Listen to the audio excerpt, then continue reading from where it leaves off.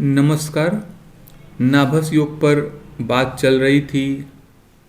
नाभस योग के अंतर्गत आकृति योग पर हम लोगों ने कुछ योगों के विषय में जाना था। आज के इस वीडियो में हम लोग आकृति योग में ही शेष जो बचे हुए योग हैं उन पर बात करेंगे। जैसा कि मैंने आप लोगों को बताया था कि नाभस योग मूल रूप से 32 प्रकार के होते हैं, जिसमें हम लोगों ने 3 आश्रय योग, 2 प्रकार के दल योग और कुछ एक आकृति योग को देखा था। आकृति योग मूल रूप से 20 प्रकार के होते हैं। तो अपने आकृति योग पूर्ण करने के पश्चात जो है अन्य योगों पर बात करेंगे। आज के इस वीडियो में हम लोग आकृति योग के अंतर्गत आने वाले 4 योगों के विषय में जानेंगे और इन योगों को भाव चलित कुंडली में देखने की आवश्यकता है, ना कि D1 या राशि कुंडली या क्षेत्र कुंडली जिसे कहते हैं वहां देखने की आवश्यकता है।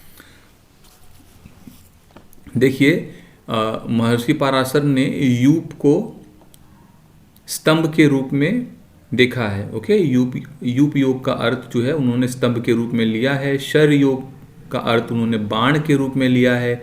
शक्ति योग का अर्थ उन्होंने भाले के रूप में लिया है और दंड आप सभी समझते ही हैं।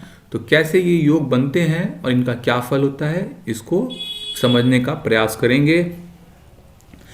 वीडियो को शुरू करने से पहले मैं आप सभी से कहना चाहता हूं कि यदि अभी तक आप लोगों ने चैनल को सब्सक्राइब नहीं किया है तो चैनल को सब्सक्राइब कर लीजिए, साथ ही बेल आइकन को प्रेस करना ना भूलें, जिससे कि आप लोगों को लेटेस्ट वीडियोस की नोटिफिकेशन समय समय पर मिलती रहेगी। आप लोगों में से कुछ व्यूअर ऐसे हैं जिन्होंने मुझसे कहा कि सर आप राशिफल क्यों नहीं कहते। देखिए, राशिफल पर अभी मेरी दिलचस्पी नहीं है, क्योंकि राशिफल जो है बहुत सटीक नहीं बैठता है। क्योंकि आप समझते ही हैं, अगर पूरी वर्ल्ड की पॉपुलेशन को हम लोग अगर 12 से डिवाइड करेंगे तो वहाँ पर फिर एक व्यक्ति के लिए अलग अलग जो है सिद्धांत नहीं आता। वो इन जनरल एक मोटी मोटी बात है जो कि बहुत सटीक नहीं बैठती, बहुत ज़्यादा उसमें गैप हो जाता है। क्योंकि चंद्रमा मनस हो जाता है, तो राशि को केंद्र करके अगर आप देखते हैं फलित बताते हैं तो वो चंद्र के ऊपर बेस्ड है, लेकिन बाकी प्लैनेट्स जो हैं वहाँ पर योगों को भंग करते हैं। इस कारण से राशिफल हमेशा सटीक नहीं बैठता है। तो राशिफल लोग सुनना चाहते हैं, मैं समझता हूँ इस बात को, लेकिन मैं इस पर अभी इंटरेस्टेड नहीं हूँ।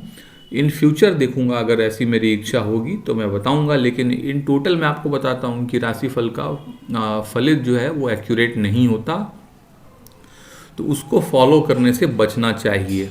ओके, आइए देखते हैं। तो यूप योग जो है बेसिकली जिसकी तुलना महर्षि ने या जिसका अर्थ महर्षि ने स्तंभ के रूप में लिया, ये इसका निर्माण कैसे होता है।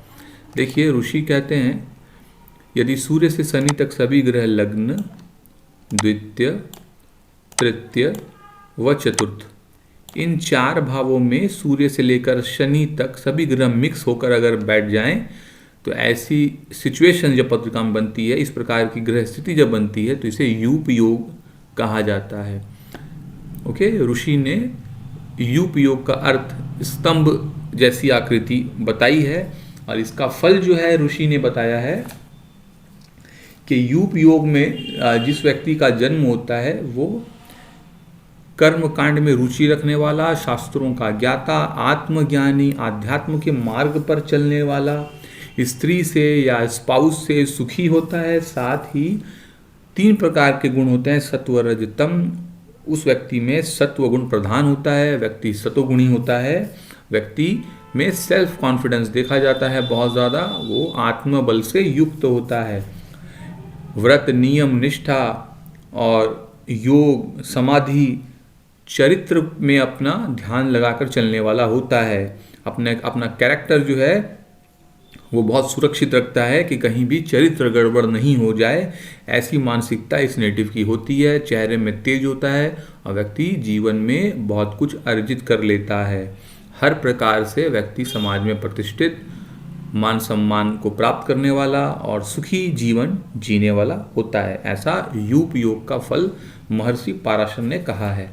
देखिए, इसके आगे हम लोग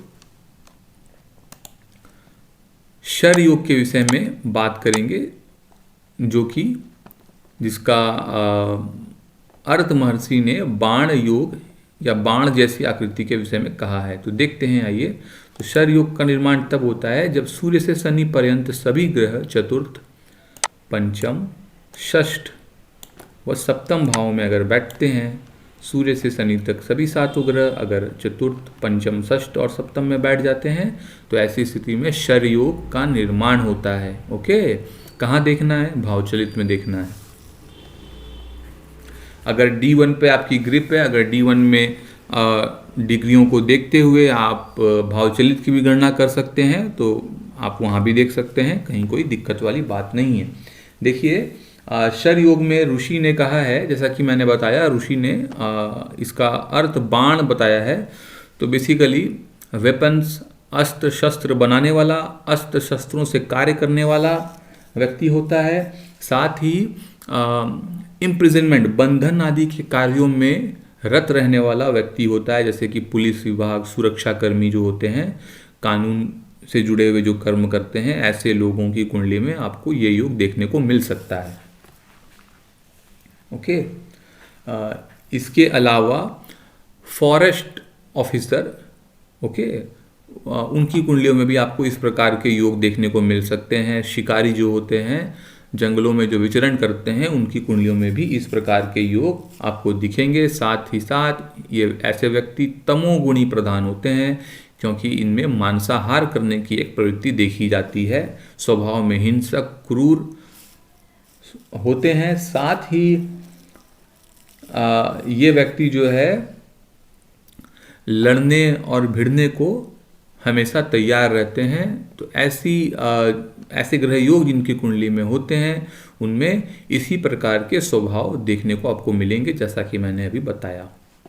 चलिए आगे चलते हैं, हम लोग शक्ति योग पर बात करते हैं, जिसे साधारण तरीके से हम लोग भाला कहते हैं। ओके, तो इसका निर्माण कब होता है? जब सूर्य से शनि तक सभी ग्रह सप्तम, अष्टम, नवम व दसम में बैठ जाएं सभी ग्रह, ओके, मिक्स होकर। तो ऐसी स्थिति में शक्ति योग का निर्माण कुंडली में हो जाता है। अब शक्ति योग जो है उसमें ऋषि ने कहा है कि व्यक्ति दारिद्रता का शिकार होता है, वो धन विहीन हो जाता है, उसके पास धन की कमी हो जाती है बहुत ज़्यादा, मतलब खाने के भी पैसे भी व्यक्ति सही से नहीं अर्जन कर पाता, जुटा नहीं पाता, इस कारण से समस्या का सामना करता है। इसके पश्चात आगे जो है ऋषि का कहना है कि शक्ति योग में उत्पन्न व्यक्ति विकल होता है, दुखी होता है, नीच होता है। नीच का अर्थ यहाँ पर आप ऐसा ले सकते हैं, कोई ऐसा कर्म करेगा जो कि निंदनीय है, वहाँ पर मान सम्मान, यश, प्रतिष्ठा नहीं प्राप्त होती है उस कर्म को करके। वो एक बात यहाँ पर देखने में आती है, जिसका अर्थ है जॉब सेटिस्फैक्शन आज की भाषा में, वो नेटिव को नहीं मिलती। शक्ति योग में उत्पन्न व्यक्ति आलस्य और प्रमाद आदि से घिरा होता है, कर्म करना नहीं चाहता है, लेकिन दीर्घायु होता है, ऐसा ऋषि का कहना है। लड़ने में चतुर होता है, क्योंकि शक्ति योग है तो लड़ने में बहुत चतुराई के साथ लड़ाई करेगा। फाइटिंग स्पिरिट जो है वो काफ़ी अच्छी होती है। स्वभाव में हठी होता है, ओके, एक जिद होती है इन लोगों में कि बस ये बात करनी है तो करनी है, ये कार्य करना है तो करना है। किसी के लिए अगर धारणा बना ले अपने मन में कि ये इंसान गलत है तो वो इंसान लाख भलाई कर दे, लेकिन इनकी धारणा जो है बदलती नहीं है, ऐसा ऋषि का कहना है। आइए आखिरी योग दंड योग के विषय में जानने का प्रयास करते हैं कि ये जो दंड योग है ये कब बनता है और इसका क्या परिणाम देखने में आता है।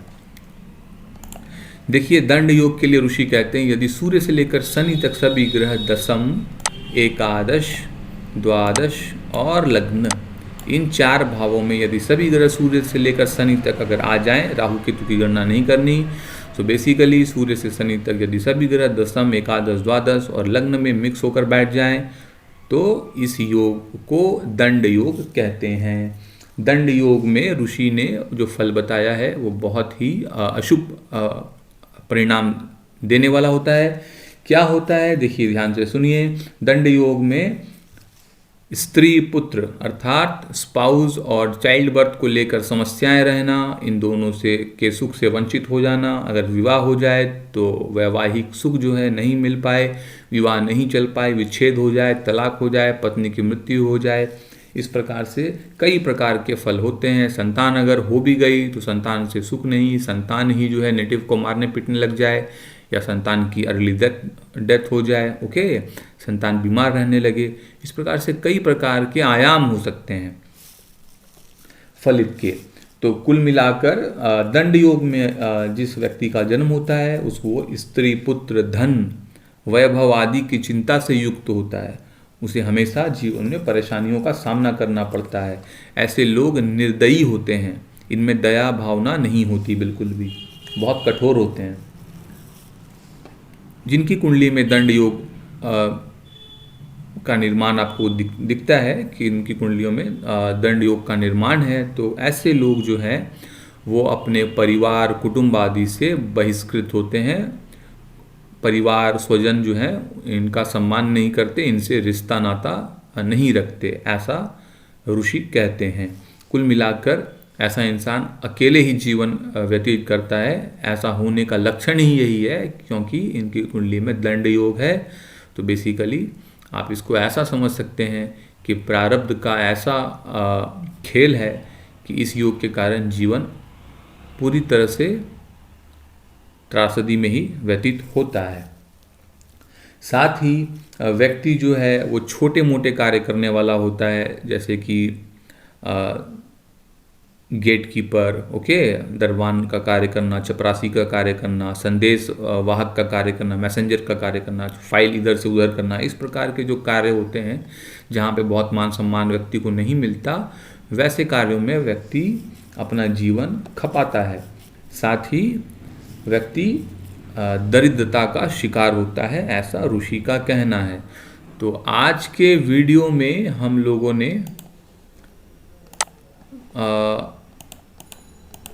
आकृति योग के विषय में 4 योगों को हम लोगों ने देखा, ओके। अगले वीडियो में बचे हुए आकृति योगों पर बात चलती रहेगी। जिन लोगों ने भी चैनल को सब्सक्राइब नहीं किया है तो चैनल को आप लोग सब्सक्राइब कर लीजिए। साथ ही वीडियो आप लोगों को कैसी लग रही है मुझे कमेंट में बताइए। इसके साथ ही मैं एक बात और कहना चाहता हूँ, आप लोगों में जिनको भी कुछ प्रश्न आ रहे हैं तो आप लोग कमेंट में लिख रहे हैं, जो कि अच्छी बात है, लेकिन कृपया जो टॉपिक मैं बता रहा हूँ, जिस टॉपिक पर बात चल रही है उससे रिलेटेड ही प्रश्न करें तो ज़्यादा बेहतर है।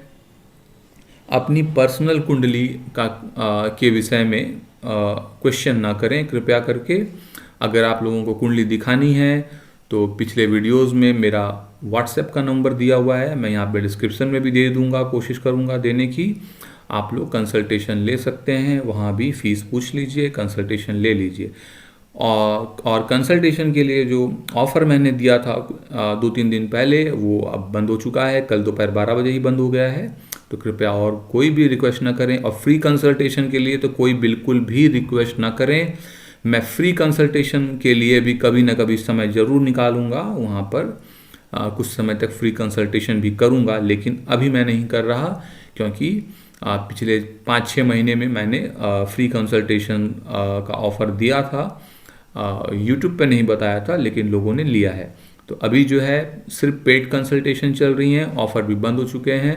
जिनको भी कुंडली में डिटेल एनालिसिस करवानी है, कुछ जानना है, आप लोग व्हाट्सएप के माध्यम से संपर्क कर सकते हैं। लेकिन जो लोग सीरियस हैं वही लोग क्वेश्चन करें, वही लोग कंसल्टेशन के लिए आगे बढ़ें।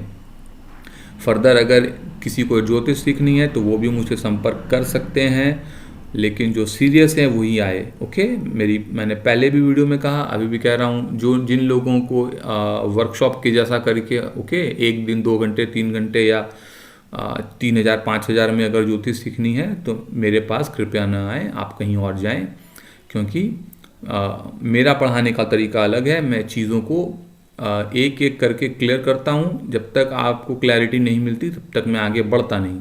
यही मेरा पढ़ाने का तरीका है। मेरे पास फास्ट एस्ट्रोलॉजी नहीं है, ओके, कि एकदम से आपको इमीडिएट जो है ज्योतिष बना दिया जाए। मिनिमम अगर आप मुझसे भृगुनंदी नाड़ी भी सीखते हैं तो इसमें आपको 48 क्लासेस मिलती हैं, ओके। और वीक में एक मिनिमम आपको मिलती है। अगर आपको थोड़ा जल्दी सीखना है तो आप वीक में 2 क्लास तक आप ले सकते हैं, जिससे कि आपका कोर्स जो है, जो 1 वर्ष में कंप्लीट होने वाला था, वो 6 महीने में कंप्लीट हो जाएगा, राइट। इसके अलावा आप पराशर, जैमिनी और Krishnamurti Paddhati, cuspal interlink, okay, Khullar cuspal interlink, Meena to Nadi, Nakshatra नाड़ी वगैरह, प्रश्न शास्त्र जो है उसमें भी कन्वेंशनल सिस्टम है। एक भृगुनंदी नाड़ी का भी मेथड है, बेसिकली कश्यप हो रहा, उससे भी सीख सकते हैं। जामाकोल आरूढ़म सीख सकते हैं, ओके। इसके अलावा जो है आप कृष्णमूर्ति प्रश्न, नक्षत्र नाड़ी प्रश्न, मीना टू नाड़ी में भी प्रश्न सिस्टम है जो कि 2 प्रकार का है। तो इन सब विधाओं का भी मैं शिक्षण जो है करता रहा हूँ। आप लोगों जो भी इंटरेस्टेड हो तो वो बात कर सकते हैं। फर्दर मेरा फिर से यही कहना है कि जो एक तरीके से सीखना चाहते हैं वो ही कृपया क्वेश्चन करें, वो ही सामने आए। जल्दी अगर आप लोगों को जो सीखनी है तो यूट्यूब पे बहुत सारे चैनल हैं और बाकी भी कई सारी संस्थाएं हैं, आप वहाँ संपर्क कर सकते हैं। अभी के लिए वीडियो को इतना ही रख रहा हूँ, मिलते हैं अगले वीडियो में, तब तक के लिए नमस्कार।